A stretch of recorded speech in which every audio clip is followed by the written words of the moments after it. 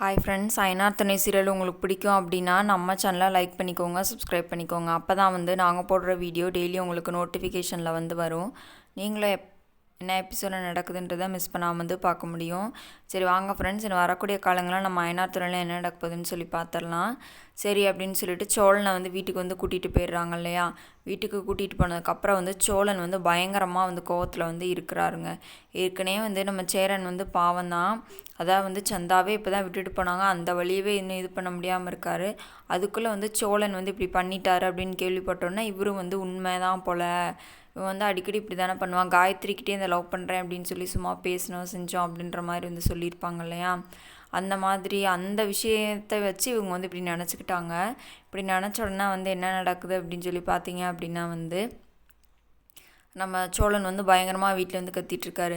ஏன்னா அவர் அப்படி சொல்கிறாரு, என்னை அவ்வளோ அடி அடிக்கிறாரு. ஒரு வார்த்தை கூட என் தம்பி அப்படி பண்ண மாட்டான்னு நீ சொல்லவே இல்லை, என்ன நீயும் அந்த பாண்டியும் சேர்ந்துக்கிட்டு இப்படி பண்ணிட்டீங்களேன்னு அப்படின்னு சொல்லிட்டு சோழன் ரொம்ப அழுகாத குறையாக ரொம்ப ஃபீல் பண்ணுறாருங்க. பார்க்கவே பாவமாக தான் இருக்குது. ஏன்னா அப்படி சொல்கிறாரு, எனக்கு அவர் அடித்தது கூட எனக்கு வலிக்கலண்ணே. ஆனால் சொல்லும்போது ஆமாம் சார், என் தம்பி அப்படி தான் பண்ணிட்டா, நீயா எப்படி நான் முடிவு பண்ணலாம், நான் சொன்னேன்னா அண்ணே நான் அப்படி பண்ணிட்டேன்னு, முன்னாடி கூட நான் அப்படி என்ன இருந்திருக்கலாம். இப்போ நிலாவை கூட்டிகிட்டு வச்சு நான் எப்படின்னா இப்படி பண்ணுவேன், நான் எதுக்குன்னு அப்படி பண்ண போகிறேன் செய்ய போகிறேன் அந்த மாதிரி கேட்டு சோழன் ரொம்ப ஃபீல் பண்ணிகிட்ருக்காரு.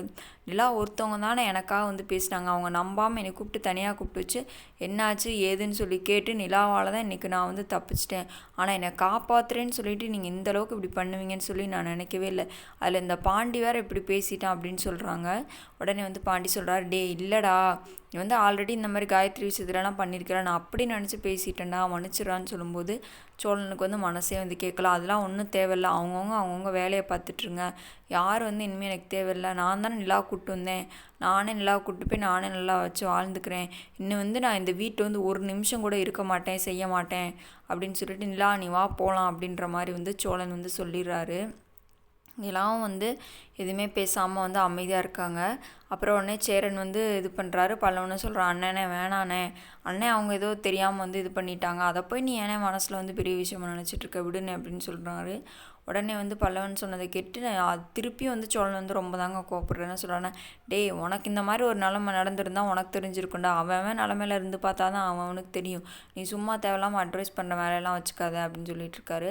அப்புறம் நடேசன் சொல்கிறாரு, டேய் கம்முன்னு இருக்க மாட்டேன், என்னத்துக்கு கத்திட்டு இருக்க, அதான் அவங்க தெரியாமல் சொல்லிட்டாங்கன்னு சொன்னேன்ல, இப்போ என்ன உன்னை போலீஸ் ஸ்டேஷனில் கொண்டு போய் வச்சுட்டாங்க, அதெல்லாம் ஒன்றும் இல்லைல்ல, அதே அவங்க காப்பாற்றி கூப்பிட்டு வந்துட்டாங்களா, நிலா பேசி உன்னை கூப்பிட்டு வந்துருச்சுல, அப்புறம் என்னடா கம்முன்னு இருக்க மாட்டேன்னு சொல்லும்போது அது சொல்கிறார், யோ உனக்கு என்ன அவன் வேலையை மட்டும் பார்த்துட்றியா, அந்த இடத்துல எனக்கு எப்போ இருந்துச்சு தெரியுமா, இவன் என்ன பண்ணியிருப்பான்னு எப்படி சொன்னாங்க தெரியுமா இவங்க 2 பேரும் சேர்ந்து, நிலா இல்லைன்னா இன்றைக்கி நான் இங்கே இருந்திருக்கவே முடியாது, நிலா நீங்கள் வாங்க போகலாம் அப்படின்னு சொல்கிறாருங்க.